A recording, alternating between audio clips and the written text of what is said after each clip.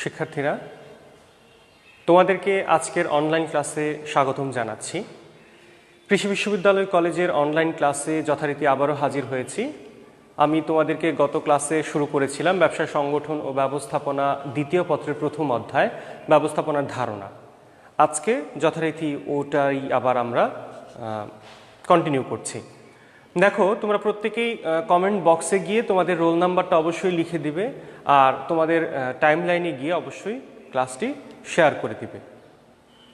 দেখো, আমরা শুরু করেছিলাম ব্যবস্থাপনার ধারণা চ্যাপ্টারটি। ব্যবস্থাপনার ধারণার প্রথম অংশ পড়েছিলাম। আজকে পড়ব ব্যবস্থাপনার গুরুত্ব নিয়ে একটু আলোচনা করব, তারপরে ব্যবস্থাপনার বিভিন্ন উপকরণ নিয়ে কথা বলবো, আর কথা বলবো ব্যবস্থাপনার কার্যাবলী, ব্যবস্থাপনার চক্র। শিক্ষার্থীরা, তোমরা সবাই মনোযোগ সহকারে খেয়াল করবে। আমি গত ক্লাসে পড়েছিলাম যে ব্যবস্থাপনার সংজ্ঞা যেটা ছিল যে প্রাতিষ্ঠানিক উপকরণাদির কার্যকর ব্যবহার প্রাতিষ্ঠানিক লক্ষ্য অর্জনের জন্য, উপকরণাদির কার্যকর ব্যবহার প্রাতিষ্ঠানিক লক্ষ্য অর্জনের জন্য পরিকল্পনা, সংগঠন, কর্মী সংস্থান, নির্দেশনা, প্রেষণা, সমন্বয় ও নিয়ন্ত্রণ কার্যকে বলা হয় ব্যবস্থাপনা। আবারও বলছি যে উপকরণাদির কার্যকর ব্যবহার করে প্রাতিষ্ঠানিক লক্ষ্য অর্জনের জন্য পরিকল্পনা, সংগঠন, কর্মী সংস্থান, নির্দেশনা, প্রেষণা, সমন্বয় ও নিয়ন্ত্রণকে ব্যবস্থাপনা বলে। আরেকটি সহজ ভাষায় বলেছিলাম যে পদ্ধতিতে কর্মীদেরকে দিয়ে কাজ আদায় করা হয় বা যে কৌশল অবলম্বন করে কর্মীদেরকে দিয়ে কাজ আদায় করা হয় তাই হচ্ছে ব্যবস্থাপনা।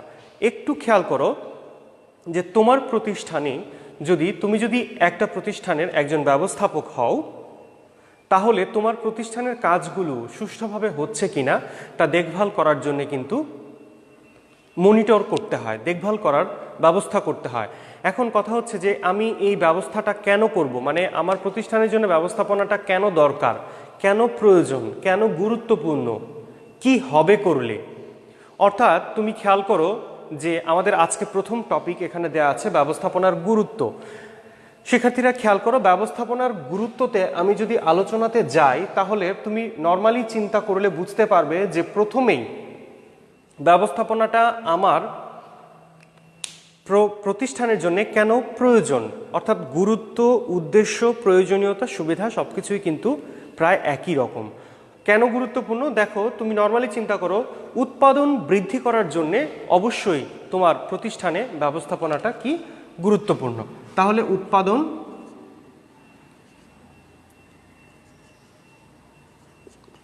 উৎপাদন বৃদ্ধির জন্য তোমার কি ব্যবস্থাপনা দরকার। এখন খেয়াল করো, তোমার কোম্পানিতে বা তোমার প্রতিষ্ঠানে প্রোডাকশন বাড়ানোর জন্য যথাযথ যদি তোমার প্রোডাকশন বাড়াতে চাও তাহলে তোমার যথাযথ ব্যবস্থাপনাটা থাকতে হবে। যদি সঠিক ব্যবস্থাপনা না থাকে তাহলে কিন্তু তোমার প্রতিষ্ঠান লাভের সম্মুখীন হতে পারবে না, লসের সম্মুখীন হবে। অর্থাৎ তোমার যে অনুযায়ী আশা ছিল, যে টার্গেট ছিল যে আমি এত মাস পরে বা এত বছর পরে আমার প্রতিষ্ঠানকে এই জায়গাতে দাঁড় করাবো, তুমি কিন্তু আর সেটি পারছো না। মোট কথা, সহজ কথায় যদি বলি যে তোমার কোম্পানিতে বা একটা কোম্পানির প্রোডাকশন বাড়ানোর জন্যে অবশ্যই ব্যবস্থাপনা গুরুত্ব। আর নর্মালি চিন্তা করে দেখো, যদি তোমার প্রোডাকশন বাড়ে তাহলে কি হবে, তোমার যদি প্রোডাকশন বাড়ানো যায় তাহলে অবশ্যই তোমার কি হবে, সম্পদ বাড়বে। জাস্ট উৎপাদন বৃদ্ধি, তারপরে দেখো এর আগে তুমি আরেকটা দিতে পারো যে বিনিয়োগ বৃদ্ধি। উৎপাদন বৃদ্ধি করলে তারপরে তুমি ইনভেস্টের পরিমাণ বাড়াতে পারবে, বিনিয়োগ বৃদ্ধি। তারপরে আছে মনে করো যদি বিনিয়োগের পরিমাণ বাড়ে অর্থাৎ ইনভেস্টের পরিমাণ বাড়ে তাহলে হবে কি, মূলধনের পরিমাণ বাড়বে। মূলধনের পরিমাণ বাড়ার ফলে মূলধনের পরিমাণ বাড়ার ফলে আয়ের পরিমাণ বাড়বে, সম্পদের পরিমাণ বাড়বে, ইত্যাদি ইত্যাদি অনেক কাজই কিন্তু হবে। অর্থাৎ মোট কথা খেয়াল করো, যদি প্রথমতই আমি চিন্তা করি যে ব্যবস্থাপনার গুরুত্বপূর্ণ, প্রথমেই যদি আমি চিন্তা করি যে আমি আমার প্রতিষ্ঠানের উৎপাদন বাড়াবো, উৎপাদন বাড়ানোর সাথে সাথে আমার কি হবে, বিনিয়োগের পরিমাণ বাড়বে। বিনিয়োগ যদি বাড়ে তাহলে আমার অবশ্যই মূলধনের পরিমাণ কি বাড়ছে। যদি মূলধনের পরিমাণ বাড়লে অবশ্যই কি হবে, সম্পদ বাড়বে। সম্পদ বাড়লে সম্পদের সুষ্ঠু ব্যবহার বাড়বে, তারপরে সম্পদের সুষ্ঠু ব্যবহার বাড়ার পরে কর্মসংস্থানের সৃষ্টি হবে, কর্মসংস্থানের সুযোগ সৃষ্টি হবে, তারপরে শ্রমিকদের দক্ষতা বাড়ানো যাবে, অর্থ এবং সময় সাশ্রয় হবে ইত্যাদি নানা ধরনের তোমার গুরুত্বপূর্ণ আছে। উপকরণের যথাযথ ব্যবহার বাড়ানো যাবে, দক্ষতা বাড়ানো যাবে ইত্যাদি ইত্যাদি। একটু আবারও খেয়াল করো যে ব্যবস্থাপনার গুরুত্বের ক্ষেত্রে তোমার উৎপাদন বাড়ছে, উৎপাদন বাড়ার ফলে বাড়ছে বিনিয়োগ, বিনিয়োগের পরিমাণ বাড়ার ফলে বাড়ছে মূলধন, সম্পদ, তারপরে হচ্ছে কর্মসংস্থান। আর যদি নর্মালি চিন্তা করো, যদি কর্মের সংস্থান হয় তাহলে কিন্তু অবশ্যই জীবনযাত্রার মানের উন্নয়ন ঘটবে। জীবনযাত্রার মানের উন্নয়ন ঘটার সাথে সাথে কিন্তু তোমার একটি দেশের রাজস্ব আয়ের পরিমাণও আস্তে আস্তে বাড়বে। তার মানে কি, উৎপাদন থেকে শুরু করে অর্থাৎ বিনিয়োগ বৃদ্ধি থেকে শুরু করে সেই জীবনযাত্রার মান উন্নয়ন, রাজস্ব বৃদ্ধি পর্যন্ত সমস্ত কাজগুলোই যথাযথভাবে সম্পন্ন করার জন্য কি দরকার? অবশ্যই ব্যবস্থাপনাটা দরকার, ব্যবস্থাপনাটা গুরুত্বপূর্ণ। এরপরে শিক্ষার্থীরা খেয়াল করো,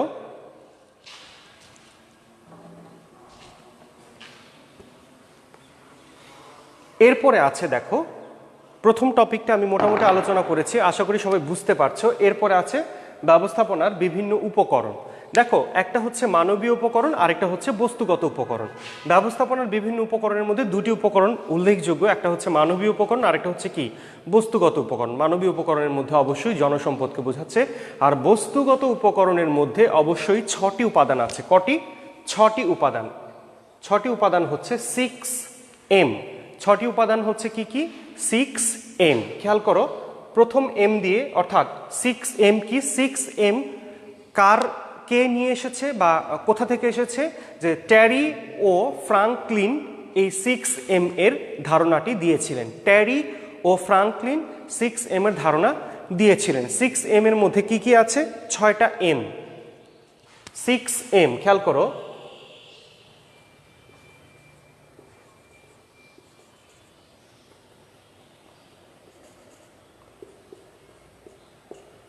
দেখো 6M এর মধ্যে কি কি আছে? 6M এর মধ্যে আছে মেন। একটা হচ্ছে MEN, মেন মানে কি? মানুষ। তার মানে প্রথম উপাদানটা হচ্ছে কি? 6M এর প্রথম উপাদান মানুষ। তার মানে মানব সম্পদ অবশ্যই ব্যবস্থাপনার জন্য খুবই গুরুত্বপূর্ণ বা ব্যবস্থাপনার জন্য প্রয়োজন একটি উপকরণ। যদি তোমার দক্ষ কর্মী বাহিনী না থাকে, দক্ষ কর্মী যদি তোমার কোম্পানিতে না থাকে, তাহলে কিন্তু তোমার যে সেই কাঙ্ক্ষিত লক্ষ্য, তুমি কিন্তু সেই কাঙ্ক্ষিত লক্ষ্যে পৌঁছতে পারবে না। এরপরে দেখো, 6M এর প্রথম এম ছিল মেন, তারপরে হচ্ছে কি? ম্যাটেরিয়ালস।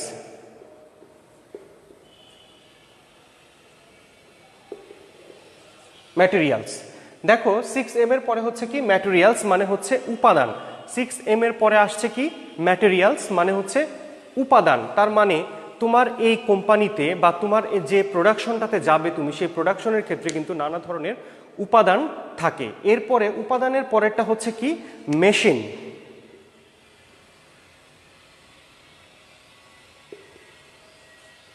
মেশিন অর্থাৎ যন্ত্রপাতি। একটা প্রতিষ্ঠানকে আরো সমৃদ্ধির পথে নিয়ে যাওয়ার জন্যে যন্ত্রপাতি কিন্তু খুবই গুরুত্বপূর্ণ। তোমার প্রতিষ্ঠানে যন্ত্রপাতি যদি ভালো মতো না থাকে, অর্থাৎ ভালো মানের যন্ত্রপাতি যদি না থাকে, তাহলে কিন্তু তোমার যে যথাযথ প্রোডাকশন সেটি কিন্তু করা যাবে না। আর এই উন্নত প্রযুক্তি বা উন্নত প্রযুক্তি সমৃদ্ধ যন্ত্রপাতি যদি তুমি ইউজ করতে পারো, তাহলে কিন্তু তোমার কোম্পানির বা তোমার প্রোডাকশন অবশ্যই বাড়বে। প্রোডাকশন বাড়ার সাথে সাথে তোমার কি হবে? অর্থনৈতিকভাবে যে আয়টি সেটি কিন্তু হবে, মানে মুনাফা অর্জন বা কাঙ্ক্ষিত লক্ষ্য যেটি আছে সেটিতে কিন্তু তুমি পৌঁছতে সক্ষম হবে। এরপরে মেশিনের পরে আছে মানি। দেখো, মানি বা টাকা ছাড়া তোমার কিন্তু, অর্থাৎ ব্যবস্থাপনার বিভিন্ন উপকরণের মধ্যে 6M আছে, 6M এর একটি M হচ্ছে মানি, মানে অর্থ। অর্থাৎ অর্থ ছাড়া তুমি ব্যবসা বাণিজ্য করবে সেটা ভাবা কোনো অবকাশ নেই। এরপরে আছে মার্কেট। মার্কেটের পরে আছে মেথড। দেখো, প্রথম 6M, অর্থাৎ তোমার পরীক্ষায় আসতে পারে যে 6M বলতে কি বোঝায় বা 6M কি। মানবীয় উপকরণ আর বস্তুগত উপকরণের মানে ব্যবস্থাপনার বিভিন্ন উপকরণের মধ্যে দুটি উপকরণ আছে, একটা হচ্ছে মানবীয় উপকরণ আর একটা হচ্ছে কি বস্তুগত উপকরণ। বস্তুগত উপকরণের মধ্যে আছে 6M, মেন, তারপরে আছে ম্যাটেরিয়ালস, তারপরে আছে মেশিনস, তারপরে মানি, তারপরে মার্কেট, তারপরে মেথড। এখানে দেখো মার্কেট বলতে একটি বাজারকে বোঝাচ্ছে, তার মানে কি বাজার বলতে একটি নির্দিষ্ট স্থান যেখানে পণ্য বেচা কেনা করা হয়, অর্থাৎ তুমি পণ্য বা প্রোডাকশন করবে কিন্তু সেটার বেচা কেনার জন্য ব্যবস্থা থাকতে হবে। তারপরে হচ্ছে প্রসেস বা পদ্ধতি। পদ্ধতি হচ্ছে দেখো মেথড, মেথড মানে হচ্ছে পদ্ধতি। 6M এর আরেকটি M হচ্ছে মেথড বা পদ্ধতি। তাহলে কি কি ছিল আবারও একটু বলছি, মনোযোগ দিয়ে শোনো। 6M এর মধ্যে 6M অর্থাৎ 6টা M এর প্রথম M হচ্ছে মেন, তারপরে হচ্ছে ম্যাটেরিয়ালস, তারপরে মেশিনস, তারপরে মানি, তারপরে মেথড, মার্কেট, তারপরে হচ্ছে কি মেথড। এই হচ্ছে তোমার ব্যবস্থাপনার বিভিন্ন উপকরণ। একটু খেয়াল করো, এগুলো হচ্ছে ব্যবস্থাপনার বিভিন্ন উপকরণ। এখন তোমার পরীক্ষার প্রশ্ন কিভাবে আসবে? তোমার পরীক্ষার প্রশ্ন আসবে যে 6M বলতে কি বোঝায়, বা 6M এর 6টি M কি কি, বা 6M এর প্রবক্তা বা ধারণা কে দিয়েছেন, এগুলো তোমার প্রশ্ন হবে। এরপরে দেখো, খুব দ্রুত যাচ্ছি, এরপরে দেখো ব্যবস্থাপনার কার্যাবলী। একটু খেয়াল করো, তোমার ব্যবস্থাপনার কার্যাবলী অর্থাৎ এই চ্যাপ্টারটা কিন্তু আমাদের ব্যবস্থাপনার ধারণা, অর্থাৎ এই চ্যাপ্টারের উপর ভিত্তি করেই কিন্তু ব্যবসায় সংগঠন ও ব্যবস্থাপনা দ্বিতীয় পত্র বইটি কিন্তু দাঁড়িয়ে আছে। অর্থাৎ ব্যবস্থাপনার কার্যাবলীর মধ্যে অবশ্যই সেই 7টি কার্যাবলী, ব্যবস্থাপনার কার্যাবলীর মধ্যে কয়টি কার্যাবলী আছে? ব্যবস্থাপনার কার্যাবলী কয়টি? 7টি। কি কি? পরিকল্পনা, সংগঠন, কর্মী সংস্থান, নির্দেশনা, প্রেষণা, সমন্বয়, আরেকটা হচ্ছে কি নিয়ন্ত্রণ। তাহলে ব্যবস্থাপনার কার্যাবলীর মধ্যে কি কি আছে? পরিকল্পনা, তারপরে কি সংগঠন, তারপরে হচ্ছে কি পরিকল্পনা, সংগঠন, কর্মী সংস্থান, তারপরে হচ্ছে নির্দেশনা, প্রেষণা, সমন্বয় সাধন, এরপরে হচ্ছে কি নিয়ন্ত্রণ।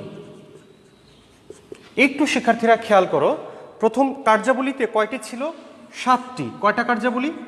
7টি কার্যাবলী। তার মানে ব্যবস্থাপনার কার্যাবলীতে কার্যাবলী কয়টি? 7টি কার্যাবলীর কথা বলা আছে। প্রথমটা হচ্ছে পরিকল্পনা, তারপরে হচ্ছে সংগঠন, কর্মী সংস্থান, নির্দেশনা, প্রেষণা, সমন্বয় সাধন, এরপরে আছে নিয়ন্ত্রণ। তার মানে হচ্ছে এই 7টি কাজের মধ্যেই কিন্তু টোটাল ব্যবসা সংগঠন ও ব্যবস্থাপনা দ্বিতীয় পত্র বইটি দাঁড়িয়ে আছে। অর্থাৎ আমরা যখন রিভিশন দিব তখন যেহেতু বইটা শেষ হয়েছে তোমরা খুব ভালো করে বুঝতে পারবে যে আমরা তৃতীয় অধ্যায়ে পড়ব পরিকল্পনা, তারপরে সংগঠন, তারপরে চ্যাপ্টার হচ্ছে কর্মী সংস্থান, তারপরে নির্দেশনা, প্রেষণা, সমন্বয় সাধন, নিয়ন্ত্রণ। দেখো এখানে আছে যে অর্থাৎ তুমি যদি এই 7টি কাজ খুব ভালো করে বুঝতে পারো তাহলে কিন্তু তোমার এই মানে এই বইটা তুমি ভালো করে অনুধাবন করতে পারবে। তাহলে প্রথম কাজ কি ছিল? পরিকল্পনা। একটু মনোযোগ দাও, প্রথম কাজটা কি?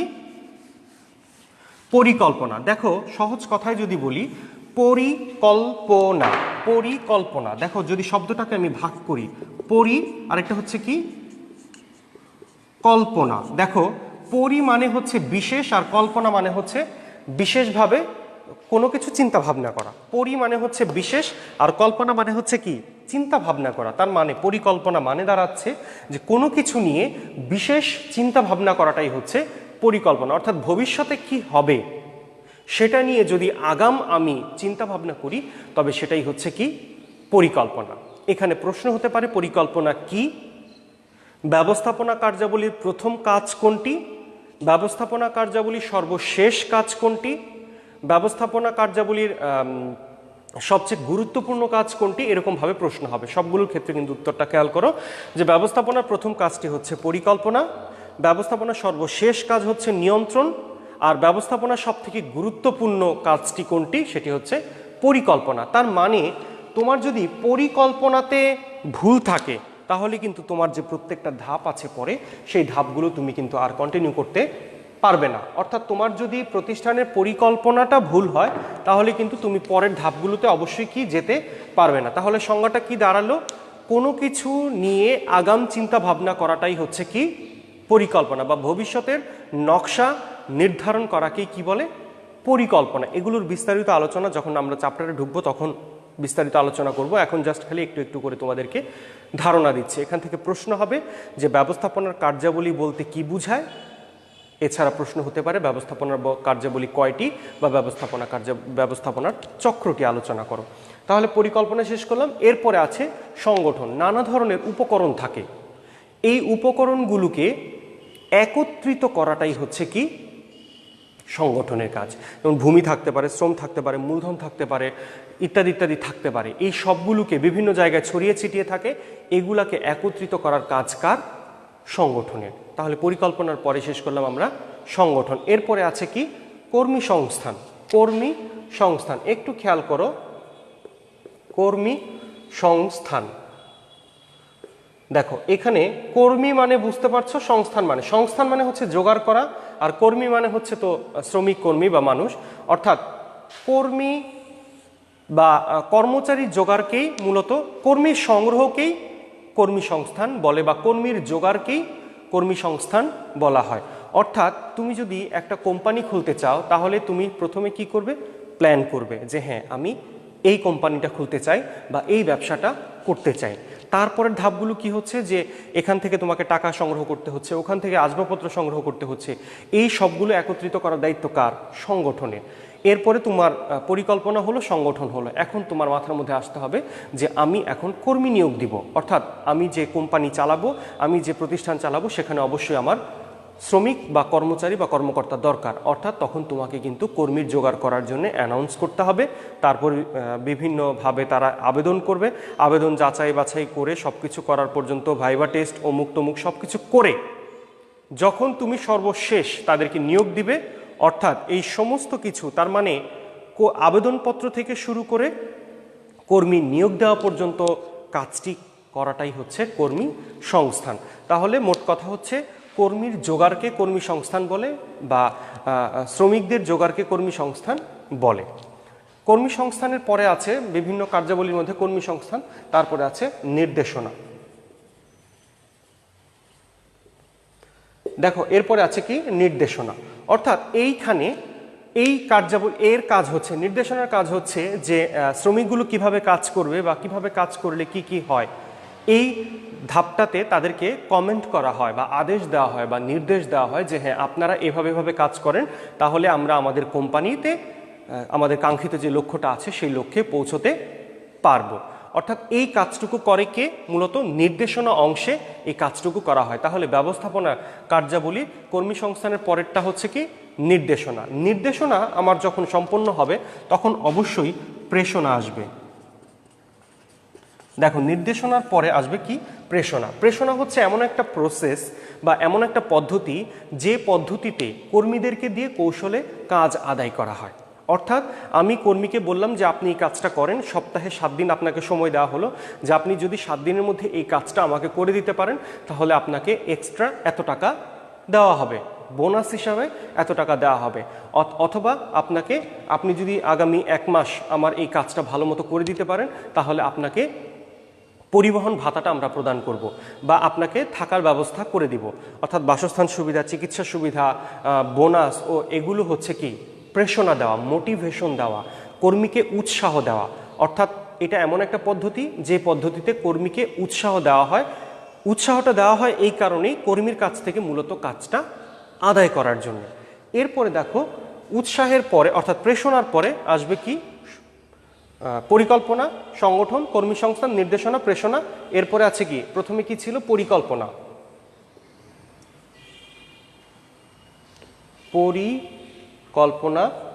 তারপরে ছিল কি সংগঠন, তারপরে হচ্ছে কি কর্মী সংস্থান, তারপরে নির্দেশনা, তারপরে প্রেষণা, এরপরে আছে কি সমন্বয় সাধন।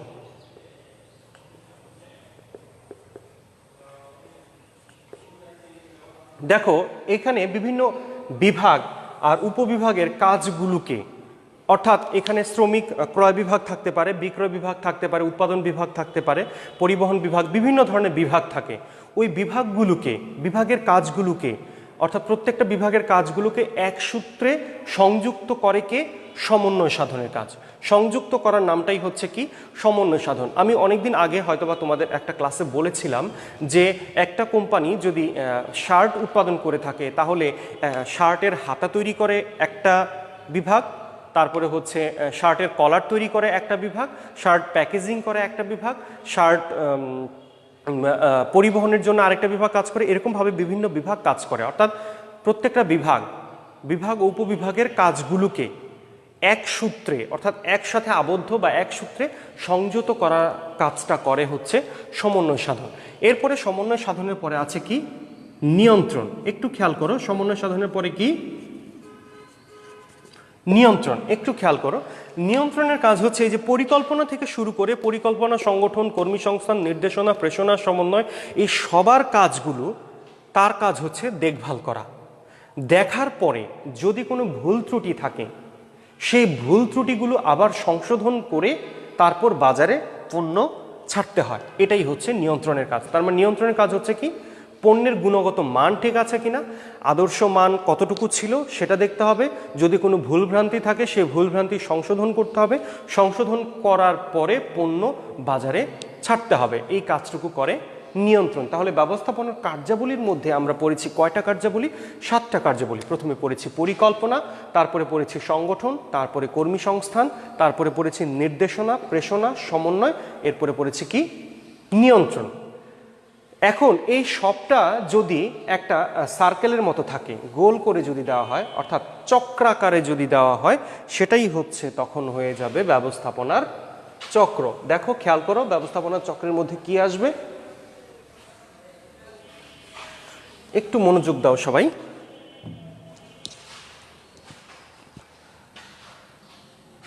প্রথমেরটা হচ্ছে কি? পরিকল্পনা।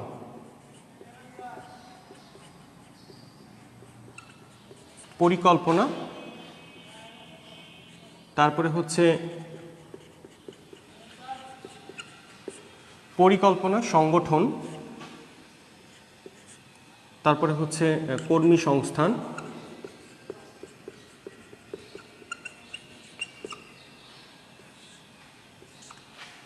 পরিকল্পনা, সংগঠন, কর্মী সংস্থান, তারপরে আছে নির্দেশনা,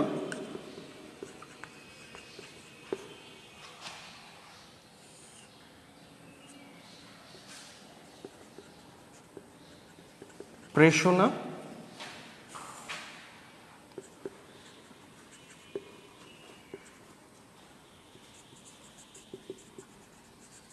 সমন্বয় সাধন, এরপরে আছে কি? নিয়ন্ত্রণ।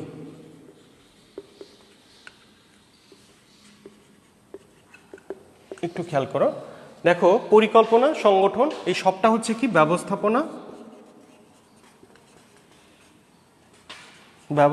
চক্র বা ব্যবস্থাপনা সার্কেল।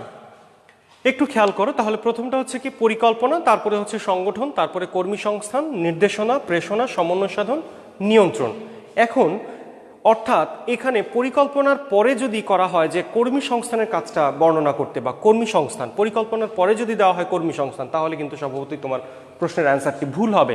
কারণ পরিকল্পনার পরের ধাপ যদি কোনোটা চিন্তা করা হয় সেটা হচ্ছে সংগঠন। সংগঠনের পরে ধাপে ধাপে, অর্থাৎ চক্রাকারে আবর্তিত হবে, অর্থাৎ এইটার পরে আসবে এইটা, এটার পরে এইটা, এভাবে কিন্তু যেতে হবে। অর্থাৎ তুমি যদি চিন্তা করো যে না, আমি পরিকল্পনার পরে কর্মী সংস্থানে চলে যাব, কিন্তু পরিকল্পনার পরে তুমি যদি কর্মী সংস্থানে যাও তাহলে কিন্তু তোমার সেটি হবে না। তার মানে পরিকল্পনার পরে অবশ্যই তোমাকে সংগঠনে আসতে হবে, সংগঠনের কাজটুকু শেষ হওয়ার পরে আসতে হবে কর্মী সংস্থান, কর্মী সংস্থানের পরে নির্দেশনা, নির্দেশনার পরে প্রেষণা, প্রেষণার পরে সমন্বয় সাধন, এরপরে আসবে নিয়ন্ত্রণ। নিয়ন্ত্রণের পরের ধাপটি যদি প্রশ্ন করা হয় পরীক্ষায় যে নিয়ন্ত্রণের পরের ধাপ কোনটি, নিয়ন্ত্রণের পরের ধাপ কিন্তু পরিকল্পনা। আবার যদি প্রশ্ন করা হয় যে পরিকল্পনার আগের ধাপ কোনটি, পরিকল্পনার আগের ধাপটি কিন্তু হচ্ছে নিয়ন্ত্রণ। তাহলে তোমার এখান থেকে পরীক্ষায় প্রশ্ন আসতে পারে যে ব্যবস্থাপনা চক্র বলতে কি বোঝায়, বা ব্যবস্থাপনা চক্রের প্রথম ধাপ কোনটি, ব্যবস্থাপনা চক্রের শেষ ধাপ কোনটি, বা পরিকল্পনার পূর্বের ধাপ কোনটি, বা পরিকল্পনার পরের নিয়ন্ত্রণের পরের ধাপ কোনটি। এখন তোমাকে এই সিরিয়ালটা অবশ্যই মনে রাখতে হবে। যদি তুমি সেই সিরিয়ালটা মনে রাখতে না পারো তাহলে কিন্তু তোমার সেই যথাযথ কাজটুকু সম্পন্ন হবে না, অর্থাৎ তুমি পরীক্ষার মধ্যে অবশ্যই ভালো মার্কস পাবে না। শিক্ষার্থীরা আবারও খেয়াল করো, আমরা আজকে পড়লাম ব্যবস্থাপনার গুরুত্ব, পড়েছি ব্যবস্থাপনার কার্যাবলী, পড়েছি ব্যবস্থাপনা চক্র। একটু মনোযোগ দাও, এখান থেকে তোমাদের কোশ্চেন হতে পারে। অবশ্যই এই অংশটুকু থেকেই সৃজনশীল প্রশ্ন হওয়ার সম্ভাবনা সবচেয়ে বেশি। ব্যবস্থাপনার কার্যাবলী সম্পর্কে খুব ভালো ধারণা থাকতে হবে, ব্যবস্থাপনার গুরুত্ব সম্পর্কে ভালো ধারণা থাকতে হবে, এবং ব্যবস্থাপনার চক্র সম্পর্কেও ভালো ধারণা থাকতে হবে। আশা করি সবাই খুব ভালো মতোই বুঝতে পেরেছো। তারপরেও যদি বুঝতে না পারো অবশ্যই যোগাযোগ করবে। পরের ক্লাসের আমন্ত্রণ জানিয়ে আমি আজকের মতো এখানেই শেষ করছি। আগামী ক্লাসে অবশ্যই এই চ্যাপ্টারের বাকি অংশটুকু রিভাইজ দেওয়ার চেষ্টা করব। সে পর্যন্ত সবাই ভালো থাকো, সুস্থ থাকো, ভালো থাকো। আসসালামু আলাইকুম।